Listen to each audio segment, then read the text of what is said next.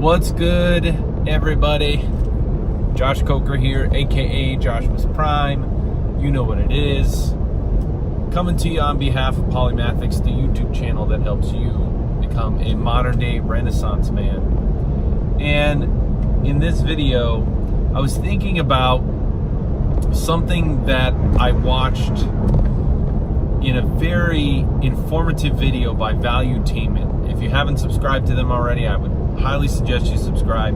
They've got like 1.2 million subscribers, so if you haven't seen it, or if you don't know who they are, which I didn't before, I would suggest checking it out, especially if you are into entrepreneurship and things like that.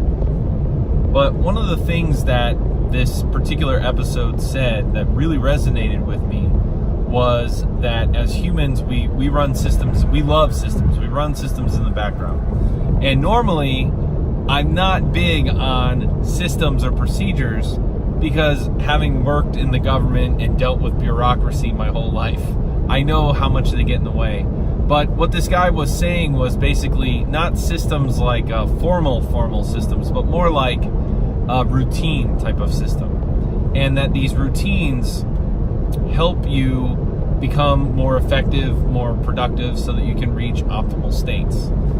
And in writing, well, let me give you, so the example he gave, which I think is a great example, is when you wake up in the morning, you have a routine. Some people's vary from others, but most of us wake up, take a shower, brush our teeth.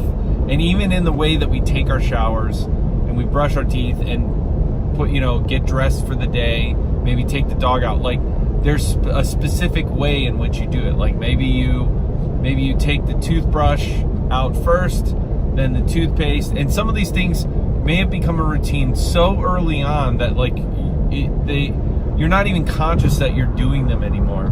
So it's like, I don't know, do I take the toothbrush out first or do I take the toothpaste out first? Do I turn the water on first? Do I turn it on after? Which direction do I brush? Which side do I brush? Like all of that we don't think about because we developed the system or the routine so early on that it's just become subconscious in a sense, which is good because then that allows us, while we're going through the routine of brushing our teeth, getting ready for the morning, we can continue as we're on autopilot in that section. We can think about higher level things like maybe what do I got to do today, what's on the agenda, whatever the case might be. And I was thinking how this is very analogous to writing and storytelling. There are several approaches out there to fiction and nonfiction. Today I want to focus just on fiction because the main thing I like to talk about is the hero's journey and the monomyth. And the reason why I'm such a big proponent of the monomyth, particularly the modern day monomyth, is because it's a time-proven system or routine or approach that fiction storytellers have been using since the dawn of mankind, essentially. If you go back to our earliest stories, fiction stories, you're going to see, like in myth and stuff, that the monomyth was used. And the reason it's used is because each of the elements, each of the acts, each of the stages, each of the steps, they serve a particular purpose psychologically for the audience and the storyteller in a sense. So, not to go too much in the weeds or anything, but because you're using those very significant psychological elements and you're coupling them with conflict and action and plot in the story, what happens is that's when you get the most powerful stories that we've had that have lasted throughout time. So the reason why I'm such a big proponent of it is in my mind, using the monomyth as an approach, as a system, as a template, if you will, to superimpose on any story in order to so that it can free your mind to think about the more important or detailed aspects of what you're doing in that particular scene, what you're doing in that particular stage, what you're doing with that particular piece of dialogue or that character. I think it allows you to have the greater context beyond quote-unquote autopilot. Now, does that mean that there are other approaches? Does that mean that there are not any other approaches? Absolutely not. I remember one of the first approaches that I learned, well, most of us learned in school, was the 3-act approach. But again, that leaves out some of the more significant psychological aspects. But it's a perfectly good approach for people telling, say, a joke or a small anecdote. Like having a 3-act structure is probably one of the more basic aspects of any storytelling approach. I remember reading a book when I first started writing that basically said that most best-selling books have essentially 10 major plot events. And while I may not agree with that premise when you look at in the scope of best-selling / blockbuster / mythological stories throughout time, it was a very compelling argument, and there's no doubt that you could create a system that would help a storyteller develop their story that way.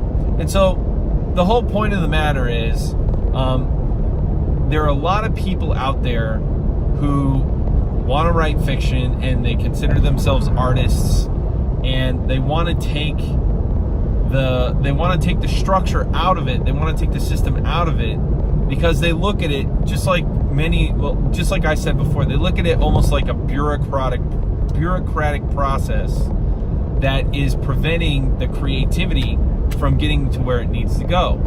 And while that can be the case sometimes, I can tell you for a fact that the monomyth is actually the opposite.